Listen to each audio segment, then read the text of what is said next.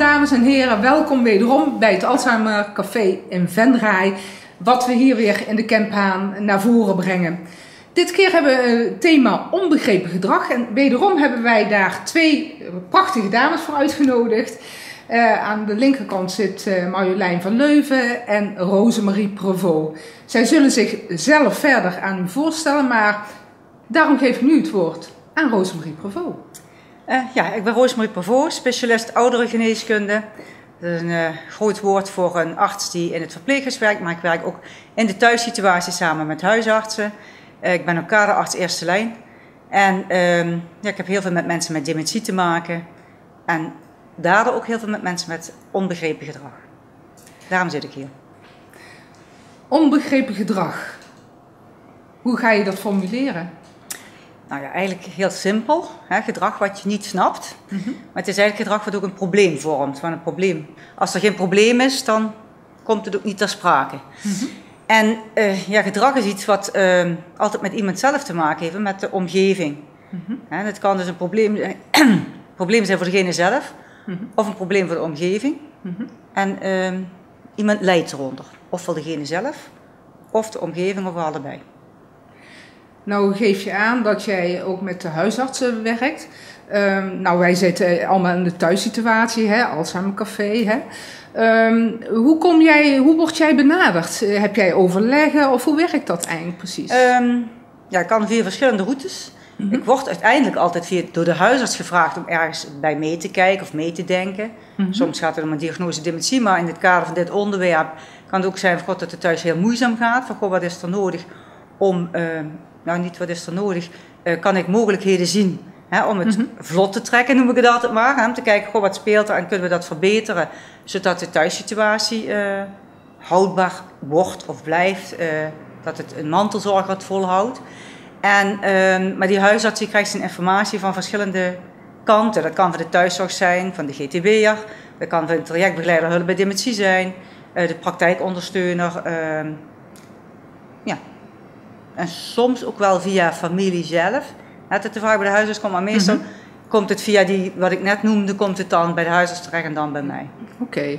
En is het dan ook dat jij wel eens in de thuissituatie komt als je denkt van, hier moet toch wat meer gebeuren, ik wil het zelf waarnemen. Doe je dat ook? Ja. Eigenlijk doe ik dat bij voorkeur, want dan zie ik het meeste. Als je iemand in zijn eigen omgeving ziet, dan zie je ook wat er gebeurt of waar misschien het gedrag door veroorzaakt wordt, dat kan ook. Maar ik bespreek ook heel veel mensen met de huisarts zonder dat ik iemand zie. Dus dan vaar ik op de informatie die ik krijg en door het uit te vragen kom ik er ook wel een heel eind. Maar als echt grote problemen zijn, of er echt onderzoek moet plaatsvinden, dat doe ik in de thuissituatie. Oké. En is het nou ook dat jij, je hoort ook wel eens van een psycholoog, dat jij dat in kunt zetten? Of net zoals Marjolein, zij is dan, dan mag je daar zelf verder uitleggen natuurlijk, maar jij komt ook in de thuissituatie, maar zet jij ook Marjolein dan bijvoorbeeld in? Eigenlijk als ik mensen wij leiden ook mensen op, hè, en als ik mensen begeleid, zeg ik altijd, maar bij onbegrepen gedrag of probleemgedrag, die termen worden wat door elkaar gebruikt, haal ik altijd alles uit de kast wat kan helpen om het te verbeteren.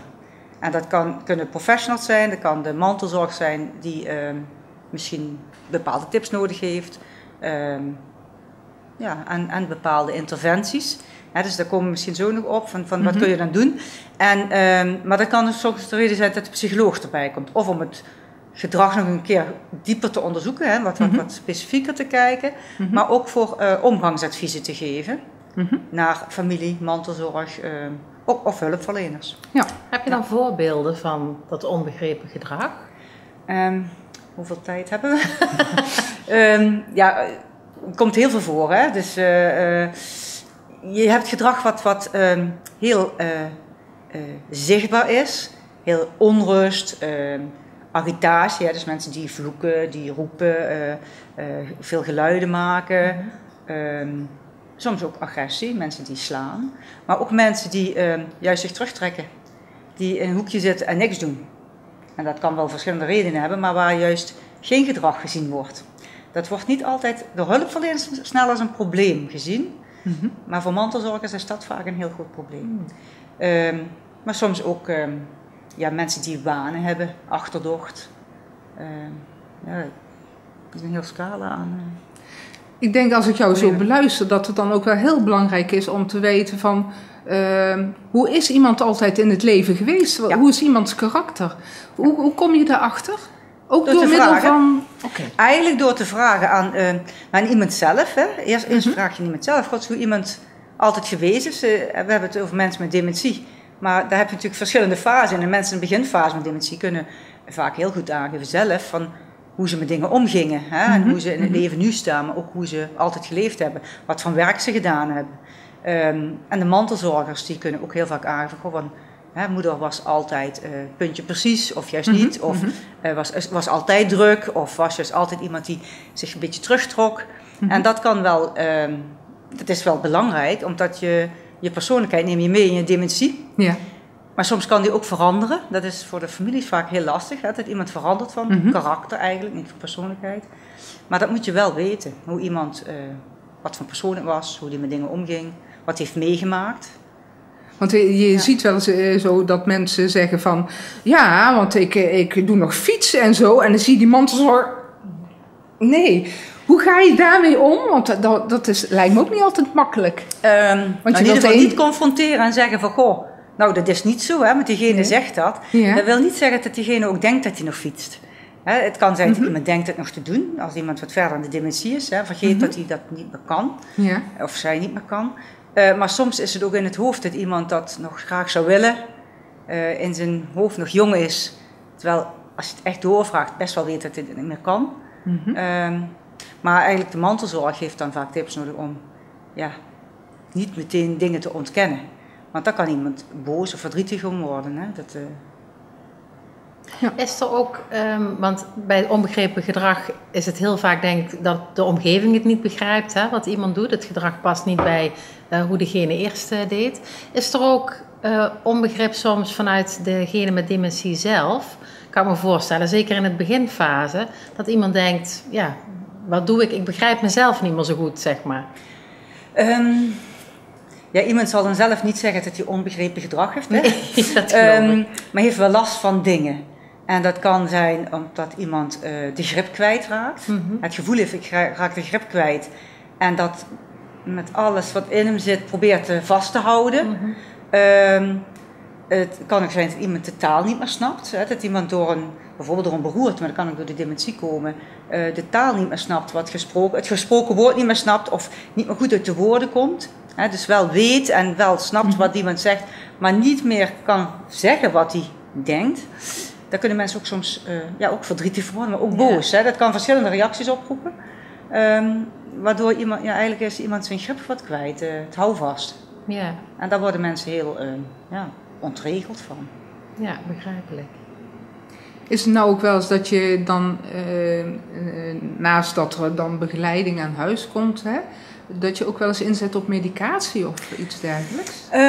Dat kan, maar er zijn twee soorten. Eigenlijk moet je onderscheiden van wat de oorzaak is van het gedrag. Dus eerst moet je gaan kijken waar komt het door? Hè? Is er misschien iets lichamelijks aan de hand? Dan zou je dat moeten behandelen. Is het misschien zelfs het gevolg van medicatie? Dat kan ook.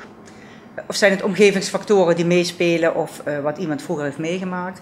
En dan ga je eigenlijk altijd eerst kijken of je met omgangsadviezen, maar ook de omgeving aanpassen, juist eigenlijk alles om diegene heen ideaal maken. Alleen ideaal gaat niet altijd. Ja. En soms, hoe ideaal je het ook maakt, kun je soms gedrag niet helemaal wegnemen. Dat hoeft op zich niet.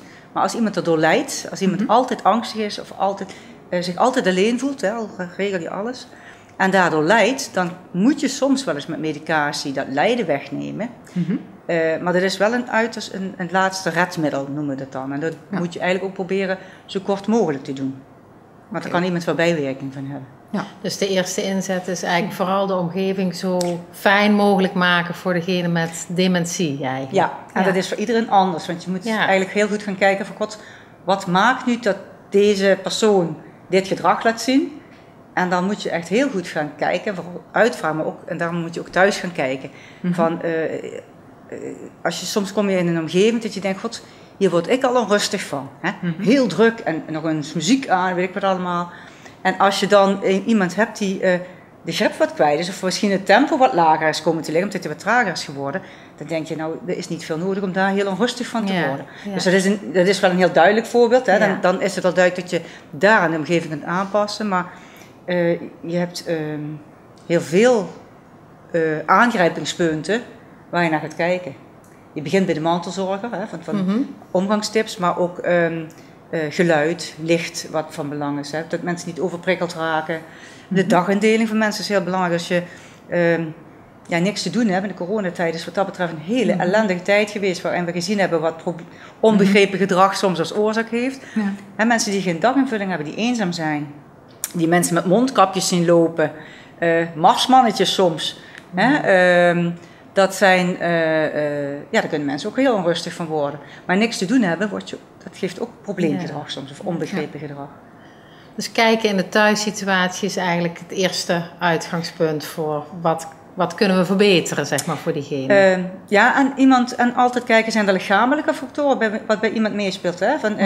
Dus bij de cliënt zelf kijken, of de persoon zelf, van wat speelt daar. Als iemand pijn bijvoorbeeld heeft, soms kunnen mensen met dementie dat niet goed aangeven en worden ze daar onrustig van. Kun je van alles in die omgeving bedenken, maar als je die pijn niet behandelt, dan gaat er niks verbeteren. En je kijkt naar de mantelzorgers, de omgeving, de daginvulling. En puur het fysieke, dus hoe het huis is ingericht, of daar nog tips zijn. En wat voor activiteiten iemand onderneemt. En dan heb je ook nog altijd dat je moet kijken, is er niet nog een onderliggend ziektebeeld, bijvoorbeeld een depressie.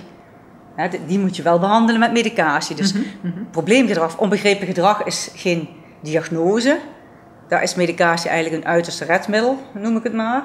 Maar als mensen een depressie hebben, dan hebben ze bijvoorbeeld geen initiatief omdat ze ziek zijn. En dat moet je gewoon behandelen. Net als dat je longontsteking behandelt. Ja.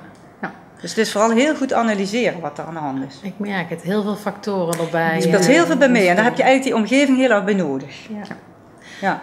Marjolein, jij komt ook in de thuissituatie bij mensen. Vertel eens, wat doe jij? Ik ben gespecialiseerde thuisbegeleiding. Ik werk vanuit de zorggroep. En ik word ingezet bij dementerenden. Zowel door Catherine bijvoorbeeld, door de trajectbegeleiders die mij inzetten, of ons inzetten. Als huisarts via gemeente eigenlijk. Hè. Dus kinderen kunnen het ook zelf aanvragen van het gaat niet meer. Ze vragen een keukentafelgesprek aan.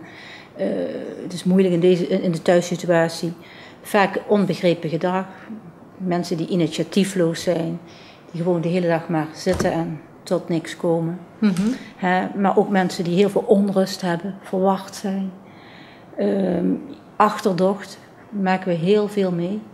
En wat is jouw rol dan, als je dan zo in de situatie stapt? Ja, wij gaan erheen. Eerst is een luisterend oor. Aandacht hebben we. En dan gaan we analyseren. We gaan het probleem analyseren. Zo eens kijken van, wat zit hier en wat kunnen wij hierin betekenen. Vaak is het ook structuur. Goede dagstructuur, wat Roosmarie ook al zei. Dat is heel belangrijk. Dat mensen ook een goed dag-nachtritme hebben en een goede dagstructuur. Dan proberen we ook te kijken naar de mantelzorgers, want die zijn vaak overbelast en daar steekt ook wel vaak wat problemen. Het instrueren ook van de mantelzorgers, dat is ook heel belangrijk. Wat bedoel je daar precies mee? Het instrueren van de vaak is het ook het omgaan met. Ik bedoel, mantelzorgers zitten in een bepaald patroon. En soms is het ook afwijken van het patroon, om elke keer te verbeteren zeggen ze bijvoorbeeld van, het regent. Het regent niet, weet je wel. En dat soort dingen. En dan denk ik, laat hem gewoon. En je hoeft niet overal op in te gaan. En eigenlijk het echt instrueren van de mantelzorgers is vaak heel belangrijk. En het ontlasten van de mantelzorgers. Want soms kom je ergens binnen en dan binnen een minuut is de mantelzorger al helemaal in tranen van, ik kan het niet meer aan. Ik weet het echt niet meer. Dus eigenlijk leggen ze al meteen een stuk vertrouwen bij jou neer van, oké. En dan ga je kijken van, inderdaad het analyseren, zo van wat is hier het probleem? En dan ga je ook kijken zo van, wat is het voor een persoon, zijn karakter? Wat vond hij vroeger leuk? Naar het verleden kijken. En dan gaan we kijken van, wat zou we kunnen betekenen als een mantelzorger echt helemaal overbelast is? Ja, dan zou je kunnen toewerken naar bijvoorbeeld een dagbesteding, zodat de mantelzorger de tijd heeft. Maar ook daar zit heel veel verschil. Je hebt boerderijen, het echt buitenleven met moestuintjes en weet ik het. Maar je hebt ook bijvoorbeeld dagbestedingen waar geborduurd wordt, alleen maar en creatief. En dan is het ook heel belangrijk om te kijken van, ja, wat past bij iemand? Mm-hmm. En daarvoor moet je de persoon ook goed leren kennen natuurlijk. En met welke frequentie kom je dan bij de mensen? Ik kom 1 tot 2 keer per week gemiddeld. Je krijgt van de gemeente een x aantal uren, vaak voor dementerende 2, 3 uur, soms wat meer. Ligt er een beetje aan en dan ga je 1 of 2 keer in de week ga je er naartoe. En als de indicatie uitgebreid wordt en ze komen in de wet langdurige zorg, ja, dan zetten wij ook vaker hulp in huis in. En dat zijn dan bijvoorbeeld collega's, of ja, dat zijn dan helpenden die dan bijvoorbeeld de maaltijd meer opwarmen. Hè? Want soms lukt dat gewoon niet meer. Hè? Een magnetron bedienen lukt niet. Een wandelingetje maken, kaarten, al dat soort dingen. En die sturen wij en coördineren wij. En kijken wij wat is hier nodig om dit goed te laten verlopen. En je zegt soms 2, soms nog wel vaker per week. Over wat voor periode gemiddeld dan? Kun je dat dan zeggen? Is dat misschien wel een jaar of is dat vaak maar... Ja, bij dementeren is het echt blijvend meestal tot het moment van of opname of overlijden of zo. Ik kan me voorstellen dat het wel een grote steun biedt voor de mantelzorger, maar ook fijn is voor degene met dementie, omdat je met regelmaat komt en dan ook wellicht nog... Die herkent je ook. Ja.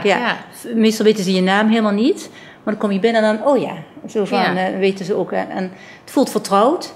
En omdat je je vertrouwd voelt, krijg je vaak ook heel veel dingen klaar. En kun je ook bepaald gedrag wel sturen. Ja. Nou gaf je aan van dat jij zeg maar een aantal uurtjes in de week daar komt. Hè? Mm-hmm. En je gaf ook aan van, we werken als het kan toe naar een dagbesteding. Ja. Is het dan dat op een gegeven moment overgaat naar de dagbesteding? Want ja, ik kan me wel voorstellen dat je daar het meeste uithaalt, hè? Uit een dagbesteding. Ja. Vooral voor de mantelzorgers, maar ook voor de cliënt zelf, zodat hij ook een goede dagstructuur heeft. Dan blijven we even goed vaak wel komen, meestal. Om het gewoon ook nog een beetje te kunnen peilen allemaal, hoe het loopt thuis. Dus we blijven wel komen, maar dan wel minder frequent vaak. Of minder, dan kom je voor nog 2 uurtjes per week.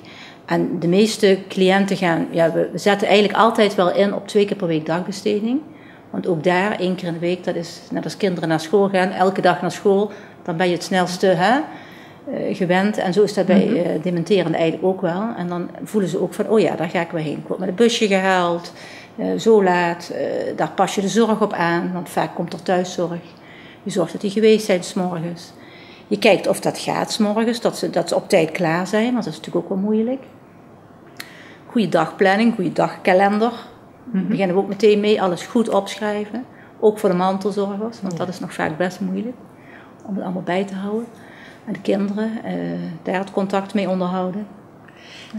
En het onbegrepen gedrag, daar had je het net al even over. Hoe ga jij daar specifiek mee om? Wat kan je daar specifiek in betekenen? Kun je daar wat in veranderen of in bijdragen of verbeteren? Of... Ja, wat kun je erin verbeteren? Kijk, agressie komt ook wel regelmatig voor, of ontremd gedrag vooral. Nou, dan spreek ik wel, als ik bijvoorbeeld met een cliënt ergens naar een winkel ga en ik heb een mevrouw iedereen die dik is, zegt ze, oh, die is dik, heel hard zo. En dan zeg ik, nou, dat vind ik niet aardig dat je dat zegt. Dus ik bedoel, daar spreek ik er wel op aan. Mm-hmm. En al zal ze dat de volgende keer weer doen en de keer daarna weer doen, maar toch elke keer... Je moet wel tot een grens aangeven. Dat is wel heel belangrijk, denk ik. Mm-hmm. Dat je wel grenzen aangeeft. En dat geef ik ook wel aan mantelzorgers aan. Niet alles maar op de dementie schuiven. Ik bedoel, bepaalde dingen kunnen en tot zover. Dus je hoeft in feite niet alles goed te vinden? Nee, zeker niet. Merk jij dat ook, Rosemarie? Dat je dat tegenkomt? Nou ja, je moet dus gaan kijken waar het vandaan komt. Is het iets wat...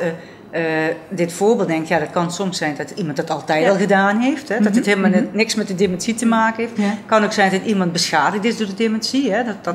Dat die dingen eruit vloept wat iemand anders misschien denkt. Maar dan zegt, dat is wel heel lastig om dat te corrigeren. Ik denk wel met de correctie wat ik hoor, dat je ook degene een beetje beschermt. Want door het te zeggen... ontneem je degene waar het tegen gezegd wordt eventjes de kans om terug te reageren. En je laat ook zien van, ik hoor dat dit niet kan. Dus je beschermt eigenlijk ook eventjes de ander. Dus als degene het zelf er niks aan kan doen, kan het toch wel helpen. Ja, zo'n reactie wat jij nu geeft, denk ik, dat kan soms de hoe noem je het? De angel eruit halen. Spanning uit de lucht halen. Hè? Ja. Want dat is een hele ongemakkelijke situatie. Ja. Maar je moet wel altijd, als je iemand goed kent, weet je wel van, hier, dit is iets wat iemand in te corrigeren is. Wat iemand ook nog snapt dat je hem corrigeert. Ook al moet je het iedere keer opnieuw doen. En dit is iets wat eigenlijk, wat je kunt verwachten. En waarbij je dan misschien ook nog wel rekening houdt, waar ga ik met iemand naartoe? Hè? Ja. Ja, want dat is, en dan is dat voor hulpverleners anders als dat er bijvoorbeeld een familielid is wat dat doet. Dan kun je soms nog wel tips geven. Goh, als je naar bijvoorbeeld op het moment dat we weer kunnen gaan uiteten, hè, kun je zeggen van, goh, ga er niet op een drukke plek. Hou daar wat rekening mee, dan bescherm je ook degene met die dementie weer. Hè, van als je weet dat dat gaat gebeuren. Ja. En zo kom je dan wel weer een eindje verder. Tenminste is de bedoeling om iemand in dat opzicht gewoon wat rustiger te maken. En je probeert iemand zo normaal mogelijk leven te laten houden. Zijn regie zoveel mogelijk te laten houden. En soms moet je iemand wat beschermen, maar dat kan ook door dit soort... Ik vind het ook een stukje bescherming bij me, is ook als je dat doet. Ja. Vaak is het ook een niet aangepast gedrag in het sociale gebeuren. Ik had bijvoorbeeld een vrouw die tenniste nog altijd... Maar die schaamde zich, die zei van nee, ik ben niet dement. Maar die was nog heel, die tenniste nog heel veel. Maar op een gegeven moment had ze ruzie op de tennisclub. En ik heb ruzie en iedereen is boos op mij. Gewoon, hoe kan dat dan? Ja. En toen zei ik van, straks vind je het leuk als ik een keer mee gaan naar de tennisclub? Ja, dat vind ik leuk. Nou, ik ging mee naar de tennisclub en wie is dat? Is dat jouw dochter? Ja. En ik zei niks, maar ik dacht, man... Nou ja, en toen bleek dus, mevrouw maakte heel veel fouten met tennissen. Normaal mag je 2 keer serveren, mevrouw serveerde gewoon 3 keer, 4 keer. En dan werden ze boos, van wat doe je nou? Maar ze wisten gewoon niet dat mevrouw dementerend was. Terwijl mevrouw motorisch nog heel goed was en nog heel lichamelijk heel fit. Dus dat was heel moeilijk. En toen heb ik mevrouw toch op een gegeven moment zo van, na een aantal keren zover gekregen om het toch te vertellen van ik heb wat geheugenproblemen. Nou, en vanaf die tijd gaat het wel prima. Ja. En accepteren ze dat op de tennisclub. Dus het gedrag, het sociale gedrag, leidt daar vaak heel erg onder. Is het dan ook vaak dat mensen eigenlijk weinig inzicht hebben van wat eigenlijk dementie inhoudt? Ja, en ook niet willen inzien, denk ik. Ook? De cliënt zelf dan, hè? Ja. Degene met dementie zelf wil het niet zien. Die willen niet inzien, nee. En andere mensen hebben het vaak niet eens helemaal meteen in de gaten. Dat kun je vaak heel lang verbloemen.